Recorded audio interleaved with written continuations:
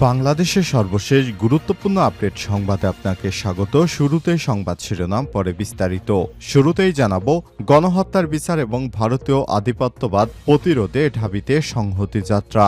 ঢাকা বিশ্ববিদ্যালয় ঢাবি জুলাই গণহত্যার বিচার ও ভারতীয় আধিপত্যবাদ প্রতিরোধে সংহতি যাত্রা কর্মসূচি পালন করেছে বাংলাদেশ ছাত্র ফেডারেশন।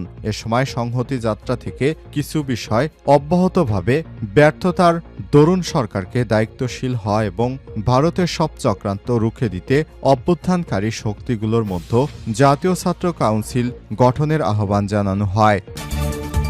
এরপর জানাবো আইন করে মুসলমানদের ভোটাধিকার কেড়ে নেয়ার দাবি ভারতের সন্ন্যাসীর। মুসলমানদের কোনো ভোটাধিকার থাকা উচিত নয়, এমনই মন্তব্য করেছে ভারতের কর্ণাটকের বিশ্ব বক্কালিগা মহাসমাস্থান মঠের সন্ত্রাসী কুমার চন্দ্রশেখর নাথ। তবে বিতর্কিত মন্তব্যের কারণে তার বিরুদ্ধে মামলা করা হয়েছে। ভারতের সরকারি বার্তা সংস্থা পিটিআই জানিয়েছে ওই সন্ন্যাসী প্রস্তাব দিয়েছেন এমন আইন আনা দরকার যার মাধ্যমে মুসলিম বা ইসলাম ধর্মাবলম্বীদের ভোটাধিকার কেড়ে নেওয়া যায়।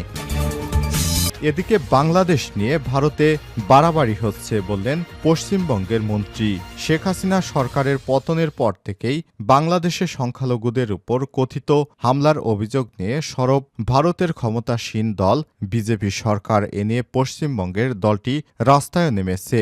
বাংলাদেশের পতাকা অবমাননা থেকে শুরু করে অন্তর্বর্তীকালীন সরকার প্রধান উপদেষ্টা ডক্টর মোহাম্মদ ইউনূসের কুশপুত্তলিকা দাহ করা হয় কলকাতায়। এরই মাঝে বাংলাদেশ ইস্যুতে ভারতে যা হচ্ছে সেই পরিস্থিতি নিয়ে বলতে গিয়ে পশ্চিমবঙ্গের মন্ত্রী সিদ্দিকুল্লাহ চৌধুরী বলেছেন বাড়াবাড়ি করা হচ্ছে। একই সঙ্গে এসব ইস্যুকে বাংলাদেশের অভ্যন্তরীণ বিষয় বলেও উল্লেখ করেন তিনি। জানাবো ব্যর্থ হলে কারোই অস্তিত্ব থাকবে না বললেন সার্জিস আলম। জুলাই শহীদ স্মৃতি ফাউন্ডেশনের সাধারণ সম্পাদক ও জাতীয় নাগরিক কমিটির সদস্য সার্জিস আলম বলেছেন খুনি হাসিনা এবং তার দোসরেরা সব দিক দিয়ে চেষ্টা করছে আমরা যেন সফল না হই। কোনোভাবে যদি আমরা ব্যর্থ হই, আমরা এখানে যারা রয়েছি আমাদের কারো অস্তিত্ব খুনি হাসিনা রাখবে না। এবারে জানাবো জাতীয় স্বার্থে আমরা সবাই ইস্পাতের মতো কঠিন ঐক্য চাই বললেন বাংলাদেশ জামাত ইসলামের আমির ডাক্তার শফিকুর রহমান। জাতীয় স্বার্থে সবকিছু ঊর্ধ্বে রেখে আমরা সবার মধ্যে ঐক্যের ইস্পাত কঠিন ঐক্য চাই। বাংলাদেশ জামাত ইসলামের আমির ডাক্তার শফিকুর রহমান বলেছেন বাংলাদেশ জামাত ইসলাম দেশের মানুষের কাছে ওয়াদাবদ্ধ। আমরা দুর্নীতিমুক্ত বাংলাদেশ গড়তে চাই, সুষম উন্নয়ন উপহার দিতে চাই। কেউ না চাইলেও তার অধিকার পাবে। লক্ষ যুবক আর বেকার থাকবে না। শিক্ষা সমাপনীর সাথে কাজ করা হবে। নৈতিক ও জাগতিক শিক্ষার সমন্বয় করা হবে। এবং সর্বশেষ জানাবো অন্তঃসত্ত্বা স্ত্রীকে হত্যা করে স্বামীর আত্মহত্যা। ময়মনসিংহের ভালুকায় শ্বশুর বাড়িতে অন্তঃসত্ত্বা স্ত্রীকে দা দিয়ে কুপিয়ে হত্যার পর গলায় ওড়না পেঁচিয়ে স্বামীর আত্মহত্যার অভিযোগ উঠেছে। ঘটনাটি ঘটেছে গতরাতে উপজেলার কাসিনা ইউনিয়নের পালগাঁও গ্রামে। রাতে লাশ দুটি উদ্ধার করে আর সকালে মর্গে প্রেরণ করে পুলিশ বলছে পারিবারিক কলহের কারণে এই হত্যাকাণ্ডের ঘটনা ঘটেছে। এই ঘটনায় মেয়ের ভাই বাদী হয়ে থানায় একটি অপমৃত্যুর মামলা করেছেন। পুলিশ এবং নিহতের পরিবার সূত্র থেকে জানা গেছে উপজেলার বর্তা গ্রামে সিরাজুল ইসলামের ছেলে অটোচালক কামরুল ইসলামের সঙ্গে ৩৫ বেশ কয়েক বছর আগে পালগাঁও গ্রামের মুক্তার হোসেনের মেয়ে রত্না আক্তার ৩০-এর সঙ্গে বিয়ে হয়। বিবাহিত জীবনে তাদের ঘরে রিফাত নামে ৫ বছরের একটি ছেলে সন্তান রয়েছে। হঠাৎ করেই তাদের মধ্যে কি কথা কাটাকাটি হয়েছে। এক পর্যায়ে অন্তঃসত্ত্বা স্ত্রীকে স্বামী দা দিয়ে কুপিয়ে হত্যা করে। এরপর তিনি নিজে আত্মহত্যা করেছেন। প্রিয় দর্শক, এতক্ষণ শুনছিলেন সংবাদ শিরোনাম, এবারে বিস্তারিত। তবে তার আগে বন্ধুরা অনুরোধ থাকবে সংবাদটিতে একটি লাইক দিন। এই চ্যানেলে আপনি নতুন হয়ে থাকলে আমাদের সংবাদটি দেখতে দেখতে চ্যানেলটি সাবস্ক্রাইব করে রাখুন। কমেন্ট করে আপনার মূল্যবান মতামত জানিয়ে দিন। এবারে বিস্তারিত। গণহত্যার বিচার এবং ভারতীয় আধিপত্যবাদ প্রতিরোধে ঢাবিতে সংহতি মিছিল।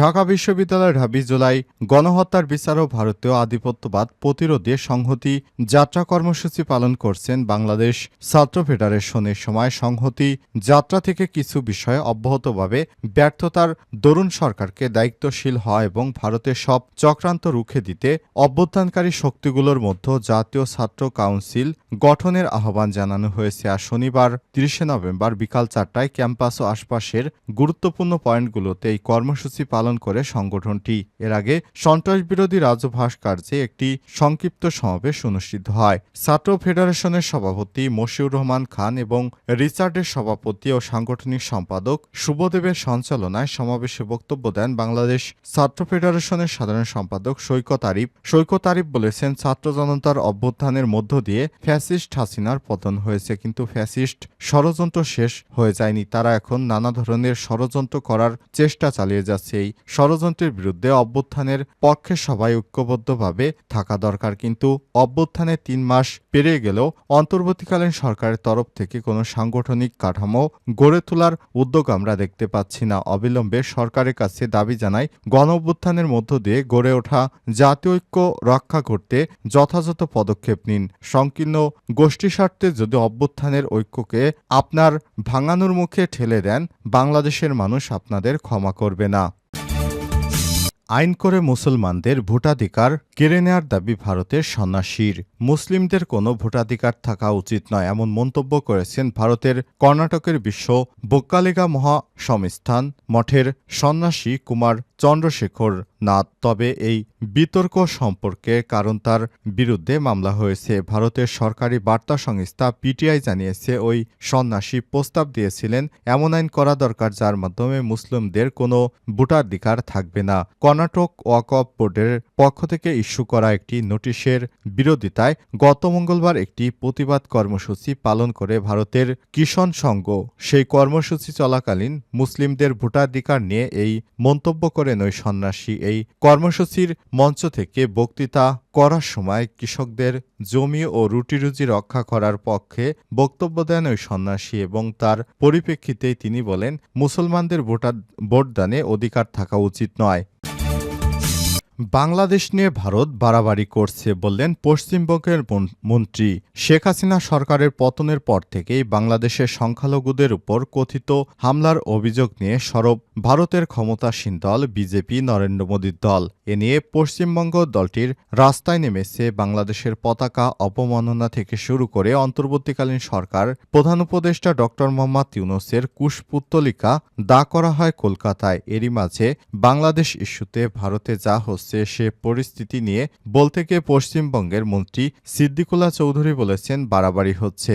একই সঙ্গে সব ইস্যুকে বাংলাদেশের অভ্যন্তরীণ হিসেবে উল্লেখ করেছেন তিনি।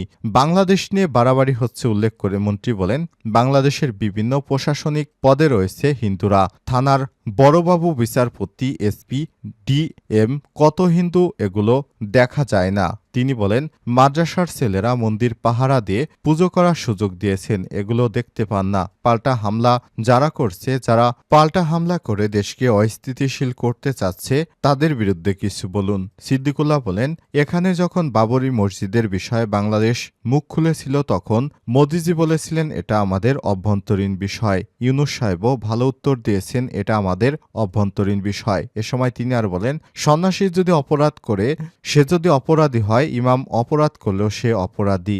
ভালো সন্ন্যাসী হলে সে অপরাধ করবে কেন?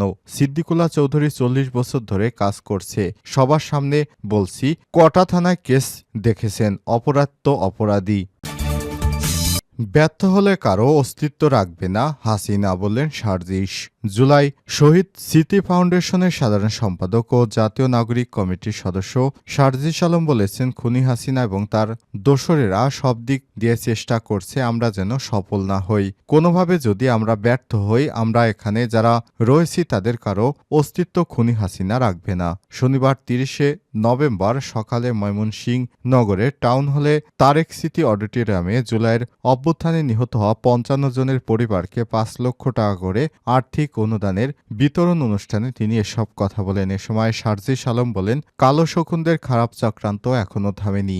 আপনাদের দোয়ায় যদি বেঁচে থাকতে পারি তাহলে কোনো শহীদ পরিবার ও আহতদের গায়ে একটি টোকাও লাগতে দেব না। তাদের কাউকে দুর্দশাগ্রস্ত জীবনযাপন করতে হবে না। এটি করতে হয়তো একটু সময় লাগবে। আমরা জীবনের বিনিময়ে সবটুকু দিয়ে সব সময় আপনাদের পাশে থাকব।